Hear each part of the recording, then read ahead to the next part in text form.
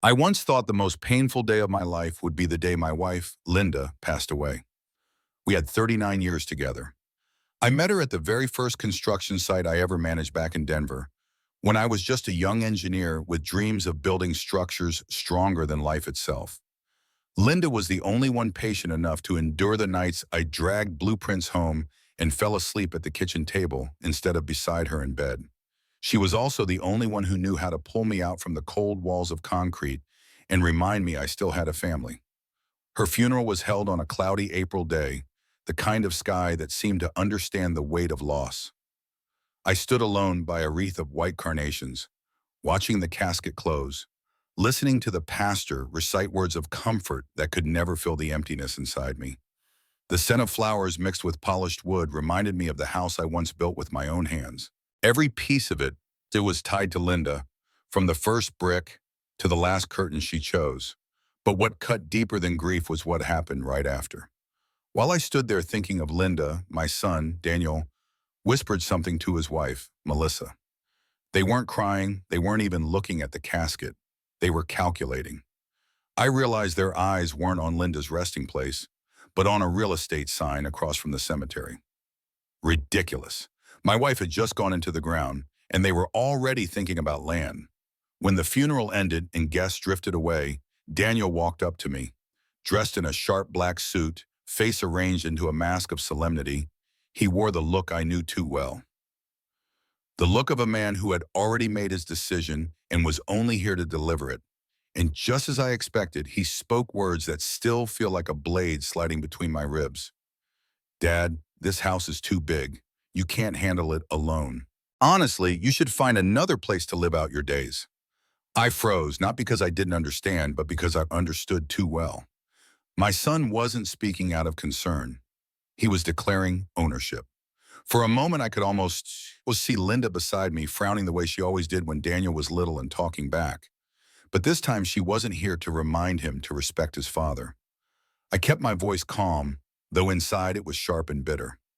I remember thinking, hearing my own son suggest I check out of the house I designed with my own hands is a rare experience. It feels a lot like being fired by the very person you raised. Daniel pressed on. He pulled out some papers, claiming they were part of a will. He declared that the $35 million in the bank, plus the house itself, all belonged to him. He said it with the tone of an investment manager barking orders, forgetting he was speaking to the man who raised him, the same father he once sat beside, pencil in hand, sketching his dream house. I didn't argue. A lifetime as an engineer had taught me one thing. Anything built on a false foundation will collapse sooner or later. I simply walked upstairs into the bedroom that no longer held Linda and began packing. I didn't have much to take. A few clothes, an old leather tube with the house's original blueprints, my blood and sweat on paper, and most of all my Mont Blanc fountain pen, the one that had signed every construction contract since I was 20 years old. Daniel stood in the doorway, tapping his polished shoe, impatient as if I were holding up one of his meetings. Melissa's eyes stayed glued to her phone, probably checking whether the inheritance had already transferred into their account. I gave them one last look, then closed the suitcase. As I stepped out the door, sparrows chirped on the porch. Strange how the world keeps moving, even when your own son has just thrown you out of the very house you built. I set the suitcase in the trunk of my old car, buckled the seatbelt, and never looked back. You might think I cried or screamed or tore those papers apart, but I didn't. I stayed silent. Over the years, I learned silence can be sharper than any weapon. Daniel thought he had won, but I knew he had no idea what was coming. That's why I want you to hear my story, because maybe you felt something like this too, being treated as a burden by your own blood. If it has ever happened to you, tell me where you are listening from. I want to know how many people from California to New York, from Texas to Florida, have tasted betrayal inside their own family. As for me, Edward Hayes, 62 years old, retired civil engineer, I walked away from my wife's funeral and from my only son's betrayal in the very same day. But this was only the beginning, because 5 days later, that same son came crawling back, begging me for help.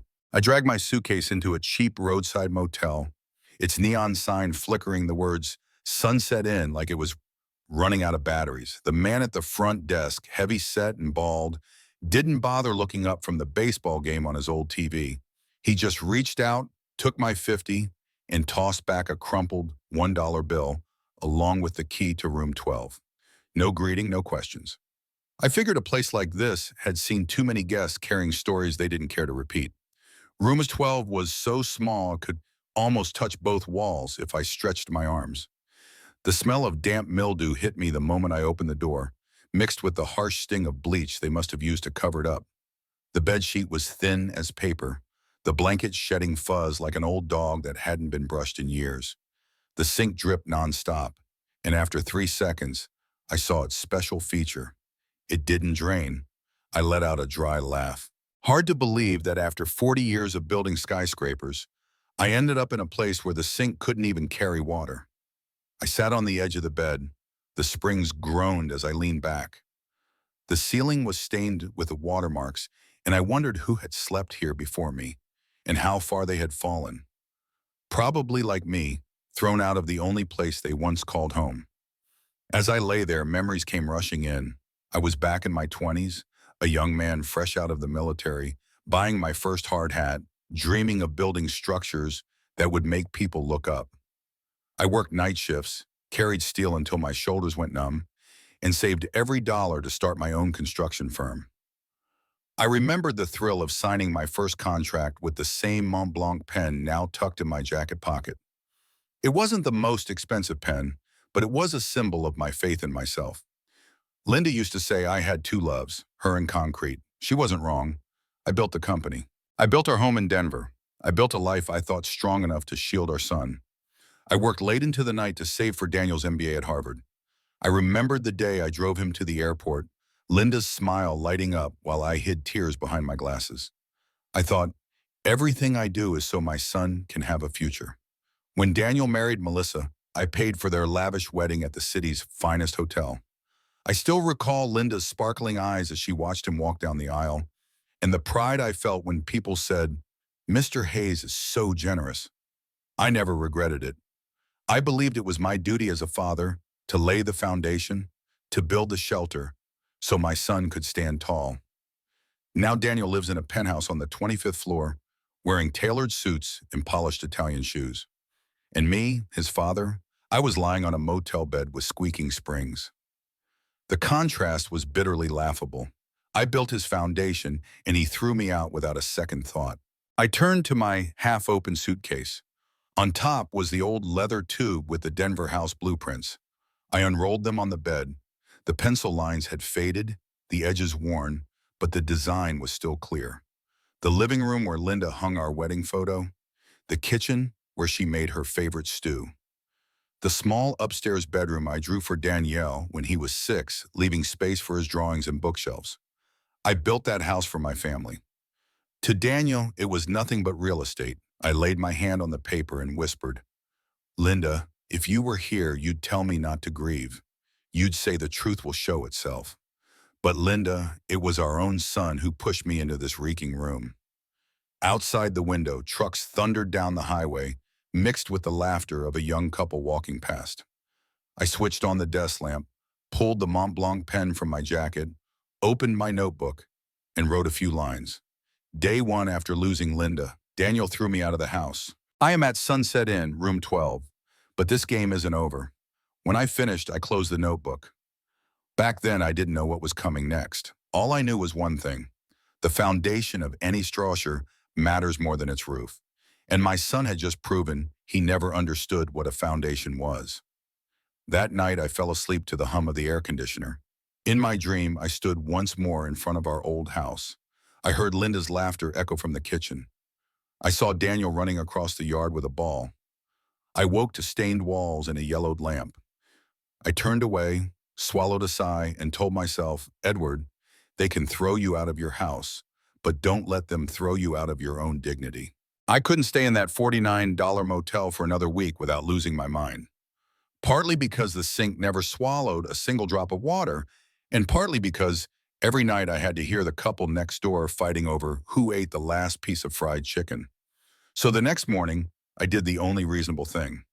I went to see Richard Cole. Richard had been my friend since college. Back when we were so broke, we split the cheapest pizza we could find and drank beer that tasted like dishwater. I chose construction. Richard chose law. 40 years later, I had a bad back and gray hair, and he had a massive office on the 17th floor in downtown Denver, along with a collection of ties bright enough to intimidate any judge. I walked into his office dripping from the light rain. His young secretary looked me over the way people look at strays. I just smiled, adjusted my worn coat, and said, "Tell Richard that Edward Hayes is here. He'll understand." A minute later, Richard appeared in the hallway. When he saw me, his eyes widened like I had crawled out of the grave. "Edward? You... Good Lord, what happened to the home? You look like you were run over by a steamroller," I answered flatly. "The steamroller's name is Daniel." Richard frowned, led me inside, and poured me a glass of whiskey instead of coffee. I told him everything. The funeral, Daniel's words, the so-called will he shoved in my face, the scene of me dragging my suitcase out like an unwanted guest. Richard listened, sometimes nodding, sometimes scowling, until finally he muttered, "You were thrown out of the very house you built. The world sure has a cruel sense of humor." I shrugged. I used to think Linda would be the one to remind Daniel to behave. Now she's gone, and I've learned he doesn't need anyone's help to become a bastard. Richard didn't laugh. He got up, opened a filing cabinet, and pulled out a thick folder. "Edward, I need you to see this." I knew it immediately. The real will, the one Linda and I had signed with Richard 2 years earlier when her health started failing. My signature, Linda's, and the witnesses, all clear. My hands trembled as I flipped the pages. Richard read aloud, slow and deliberate, as if hammering each word into my head. "By this document, I leave full ownership of the property at 1142 Pinecrest Drive and all assets valued at $35 million to my husband, Edward Hayes. Our son, Daniel Hayes, shall receive an inheritance of $2 million, held in trust, on the condition that he treat his father with respect and provide for him in old age. Should Daniel act with disrespect, his inheritance shall be revoked and reverted entirely to Edward Hayes." I sank into the chair, hearing the mocking laughter of fate. Turns out Linda and Richard had planned ahead. And me, the man who thought he needed nothing but blueprints and a pen, was holding every card. I let out a rough laugh. My son is truly remarkable. He just burned the only bridge leading to $35 million. Richard smiled faintly, poured more whiskey. "Edward, Linda knew Daniel better than anyone. She told me, if the day comes that I'm gone, make sure that boy never turns Edward into a burden." I only did what she asked. I gripped the Mont Blanc pen in my hand. The cold metal steadied me. This pen had signed the tallest building I ever built, signed the check for Daniel's Harvard tuition, and signed for his lavish wedding banquet. And now it pointed to the truth. Everything was still mine. I lifted my head. Daniel handed me papers and called them a will. "They must be fake." Richard nodded firmly. "Not just fake, Edward. Criminal. Forging legal documents to steal assets can land him and Melissa in prison. You weren't only betrayed, you were the target of a deliberate fraud." I gave a thin smile. "Fine. For 40 years, I built towers strong enough to withstand storms. I never thought I'd need that same endurance for my own family." We sat in silence for a while. Outside, rain tapped the windows. I looked down at the real will again. Linda always had sharp instincts. She knew Daniel would test me one day, and she left me this legal lifeline. So when Daniel pushed me off a cliff, I'd still have a bridge back. I sipped the whiskey, stared straight at Richard. "What do we do next?" He smiled, eyes glinting with the thrill of a lawyer who smelled victory. "Now, my friend, we begin Operation Justice." Richard didn't waste time. I always thought lawyers moved slowly, but my old friend was different. He called the bank with the tone of a man who had worked with them for decades, then faxed over a copy of the real will, signatures and notary stamp, clear as if signed yesterday. The bank didn't argue. They immediately froze every account Daniel had so hastily put under his name. I sat in Richard's office, enjoying the comfort of a leather chair and a steaming cup of coffee, while his secretary typed furiously, firing off urgent emails to the banks. The feeling was surreal, Just a week ago, I was fighting with a motel sink that wouldn't drain. Now I was watching $35 million get locked down under my rightful name. Turning trash into gold, that's what it felt like. Richard leaned back and smiled. You know, Edward, I've won plenty of cases, but this one tastes sweeter than the rest. Our opponent is your own son, I replied, half joking, half bitter. Seems my family has a tradition of producing fools with MBAs. We laughed, though the bitterness still lingered inside me. I never imagined I'd have to use the law to defend myself from my own blood. That afternoon, I returned to the motel. Just as dusk fell, my phone rang. The screen lit up with the name Daniel Hayes. I had expected it, but I still found it funny. My son called me so rarely that every time he did, I assumed some disaster had struck. I picked up, sipping cold coffee. Dad, what's going on? My Amex got declined. The bank says my accounts are frozen. I can't withdraw a single cent. I answered calmly. Oh, sounds like a rough day. Dad, I'm serious. Do you know anything about this? Why are all my accounts locked? I've got investments waiting to close, and I cut him off, fighting a laugh. This is memorable. My son finally calls me, not to ask about my health, but to ask why his Amex got swallowed. Silence on the other end. Then Daniel snapped. Dad, this isn't a joke.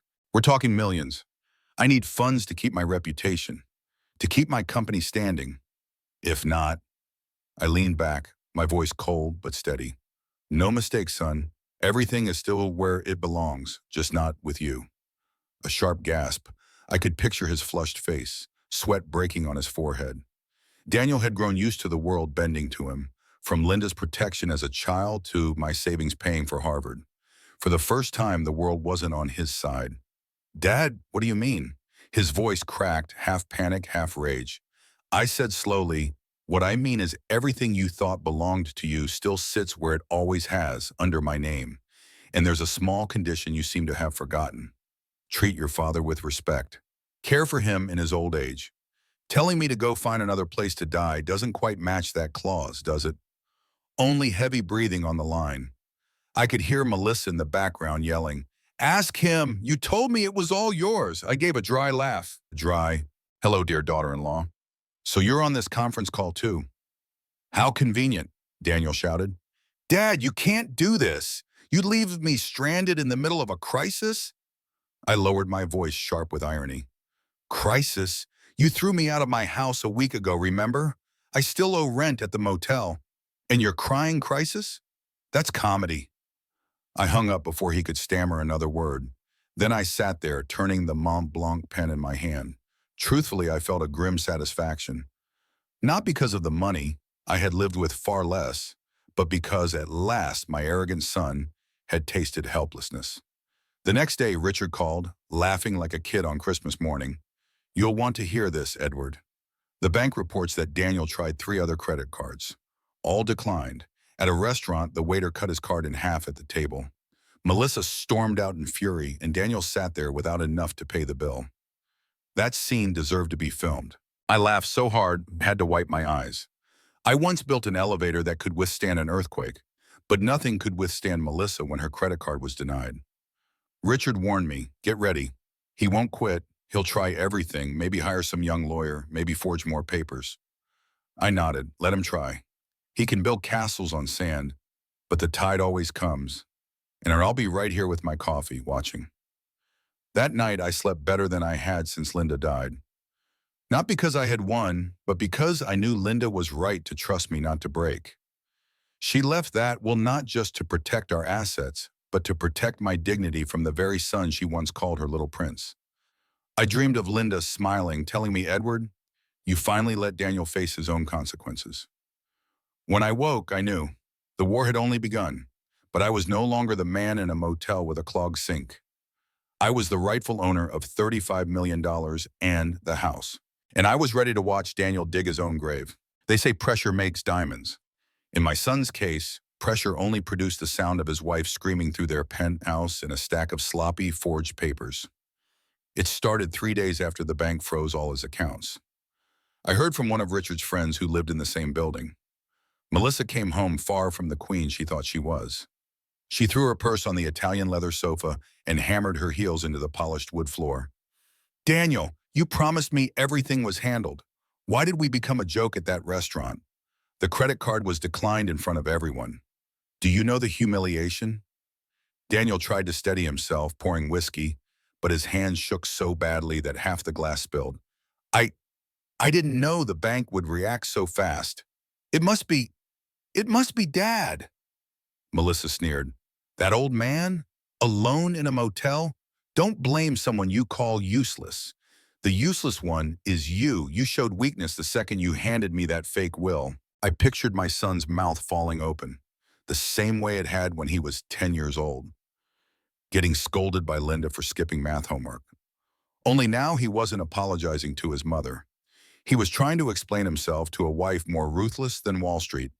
Melissa, calm down. I'll fix this. I called a young lawyer at your firm. He says he can fix the paperwork, legitimize everything. Just a few copies, a few stamps. Melissa crossed her arms, voice sharp as a blade. You've ruined everything. If you don't give me back that house and that money, you'll lose me. Harsh, maybe, but to me, it was justice served for a son who thought he could build happiness on someone else's foundation.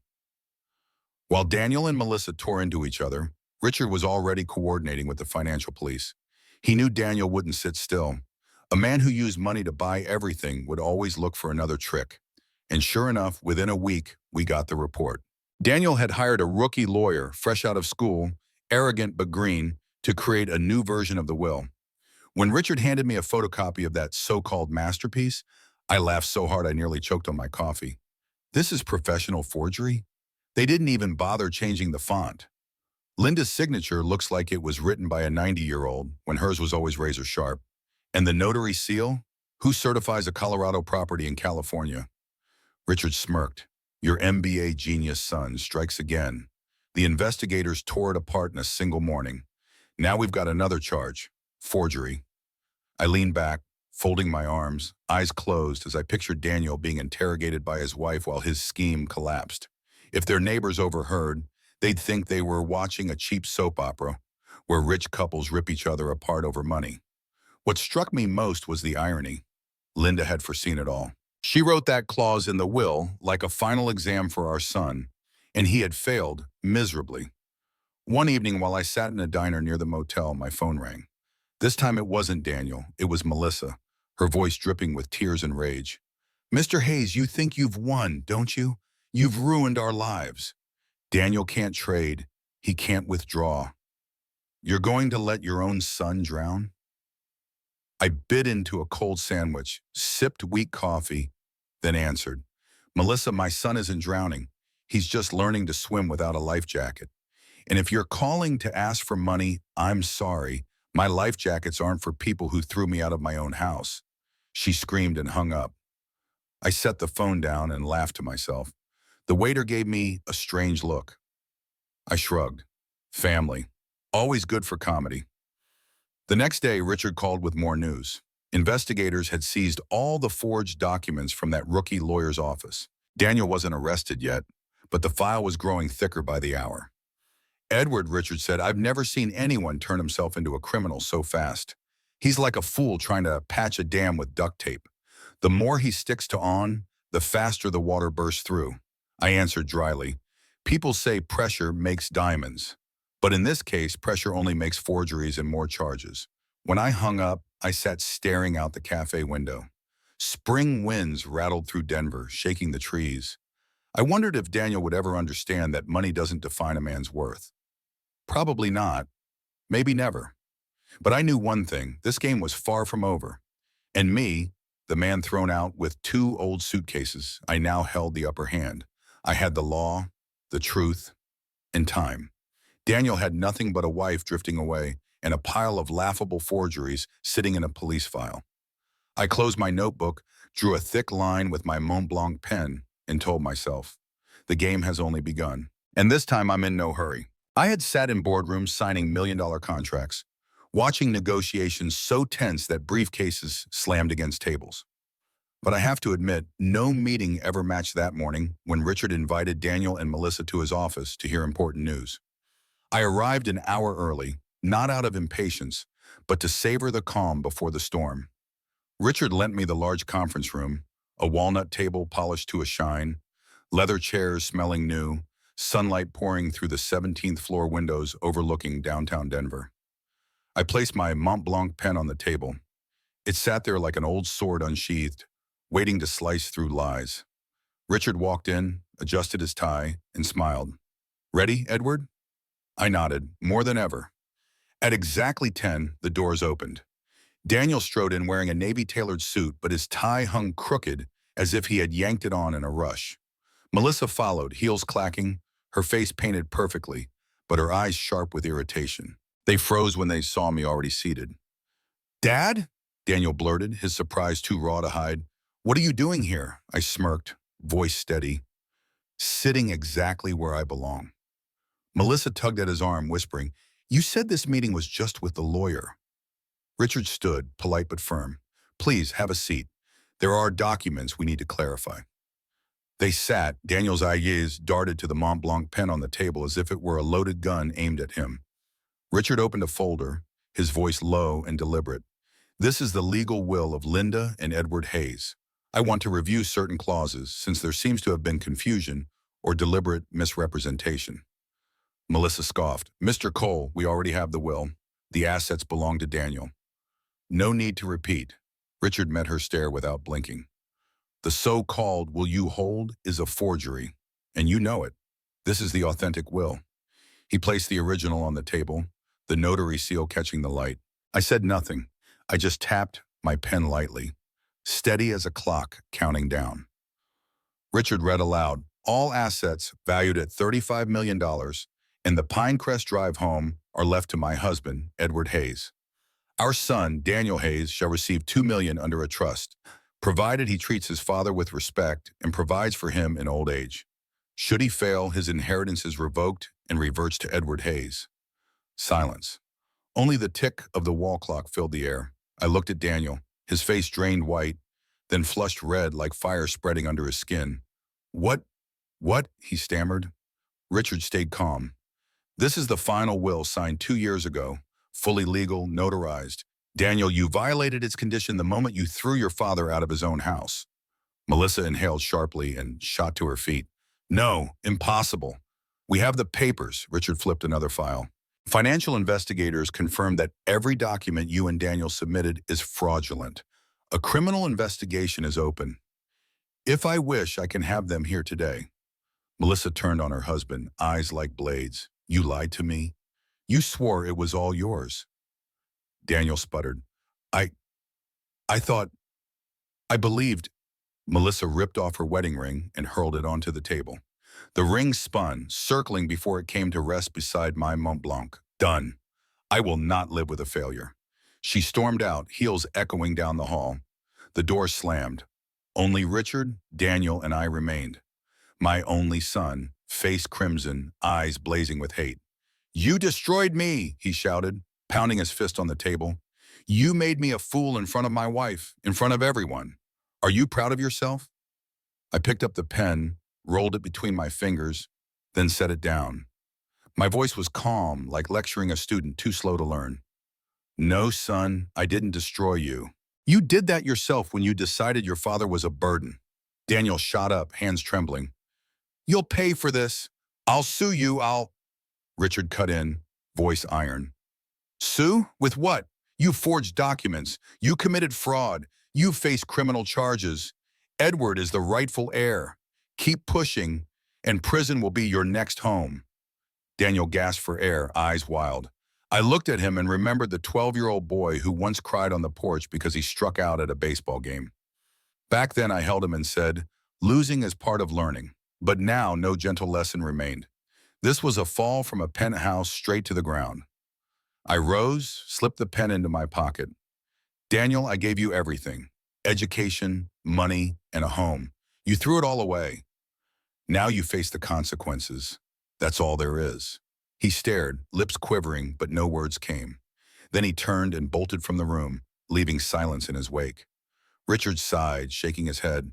"I've seen clients break before, but a father and son like this, Bitter beyond words. I gave a thin smile. Bitter? To me, it's sweet, because Linda was right. The boy never learned to value anything. And now the law he despised has taught him the lesson. I walked out of the office into the midday sun. My steps felt lighter, not because I had won, but because I had reclaimed the one thing that mattered, the truth. And sometimes the truth is the only force strong enough to silence betrayal. 5 days had passed since that fateful meeting at Richard's office. I'll admit, they were the easiest days I'd had since Linda died. I slept through the night, ate with an appetite, even laughed at an old comedy on TV I used to find dull. Maybe because for the first time, I felt justice was on my side, and Linda, somewhere out there, must have been smiling. On the fifth morning, I walked to a diner near the motel. I didn't go there for the food. Their pancakes were as heavy as wet cement, their coffee so thin you could see the bottom of the cup. But I liked the quiet. Truck drivers, a few night shift workers, and a widowed cat lady. Nobody cared who I was. Nobody knew I once had $35 million or that my son had thrown me out of my own home. There I was, just Edward, the old man who ordered black coffee with no sugar. I was sipping that weak coffee, flipping through yesterday's paper, when the door opened. I looked up and barely recognized my own son. Daniel walked in with a wrinkled shirt, no tie, and stubble across his jaw. His expensive Italian shoes were caked with dust. He looked around, then locked eyes with me. For a second, he hesitated, as if he might walk out. But he dragged himself toward my table. "Dad." His voice cracked, stripped of all arrogance. "Can I sit?" I folded the paper, gave a small nod. Daniel dropped into the chair across from me, breathing hard like he had run a marathon. I waited. "Melissa left me," he said, eyes red. "She said she couldn't live with the failure. She took everything, even the ring she threw on the table that day. The company's bankrupt. Partners pulled out. Dad, in 5 days, I lost everything." I sipped my coffee. 5 days. I lost Linda in a single day. I lost my home in one afternoon. You think 5 days is much? But I kept those words inside. I wanted him to speak it all. "Dad," he faltered, lowering his voice so only I could hear. "Can you help me? I need money to save the company, to prove I'm not finished. Just one authorization, one transfer." "I promise I'll make it right," I laughed, a dry sound that filled the diner. A few heads turned, but I didn't care. I pulled the Mont Blanc from my pocket, held it up. "I gave you everything, and now you want me to sign again to save you. But this pen," I twirled it slowly, the metal glinting under the light, "only signs for what it deserves." Daniel's face went pale. I knew he was remembering every signature I had given him. The Harvard tuition, the first condo for him and Melissa, the lavish wedding banquet. Each stroke of my pen had been part of my life poured into his. And now, when he begged for one more, I heard Linda whisper in my head, "Enough, Edward." He clenched his fists, voice shaking. "Dad, please don't leave me. I just want to be recognized." I leaned in, my tone low. "Recognition can't be bought. It comes from how you treat people. You called me a burden. You threw me out. And now you think a signature erases that?" He stayed silent. Tears rolled down his face, dripping onto the table. I hadn't seen Daniel cry since he was a boy, striking out at a baseball game. Now, in front of me, there was no polished fund manager, only a lost child in a man's body. The waitress dropped the check. Daniel lowered his head, fumbling for his wallet, then froze. Empty. Every card is useless, no cash left. He looked at me with desperate eyes. "Dad." I stood, picked up the bill. "Stay put. Don't worry. Your father can still pay for his son's last meal." I laid cash on the counter.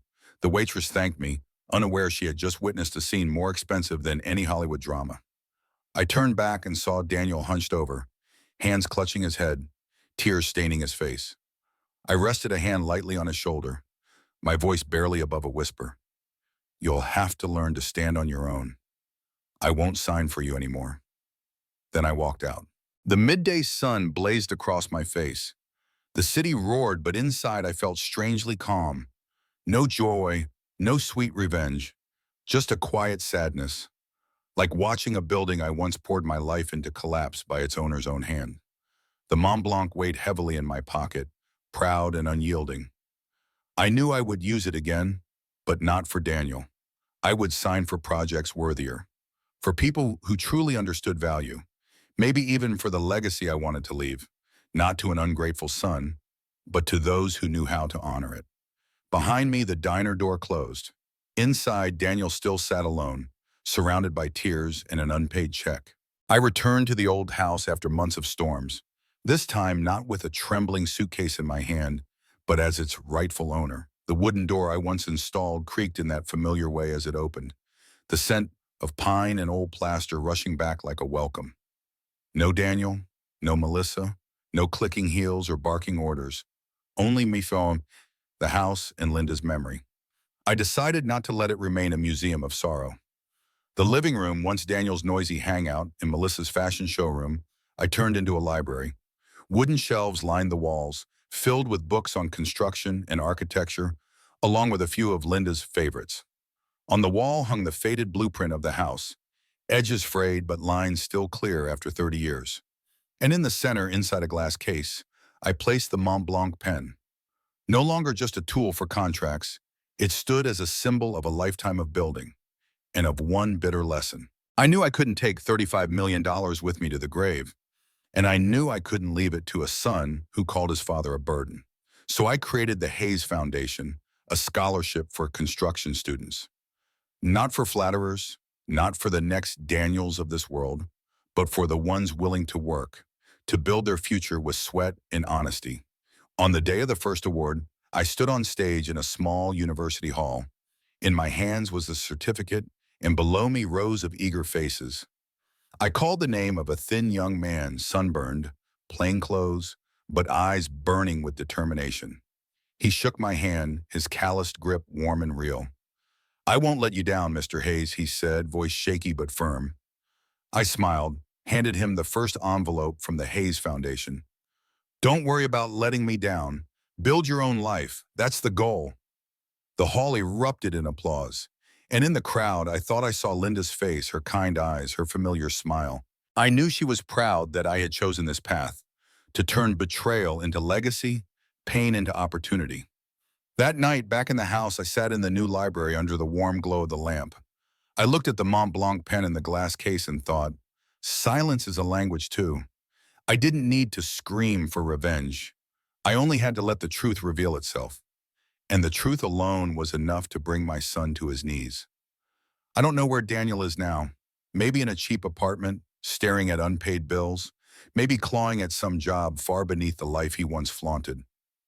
But that no longer matters. I don't sign for him anymore. I sign for those who deserve it, for dreams that need a steady hand. If you've listened this far, I want to ask you something. Have you ever been betrayed by your own family? Have you ever been treated as a burden, cast out of the very home you built? If so, share your story in the comments. I want to know where you're listening from. Texas, New York, California, or somewhere farther away. And don't forget to subscribe and hit the notification bell.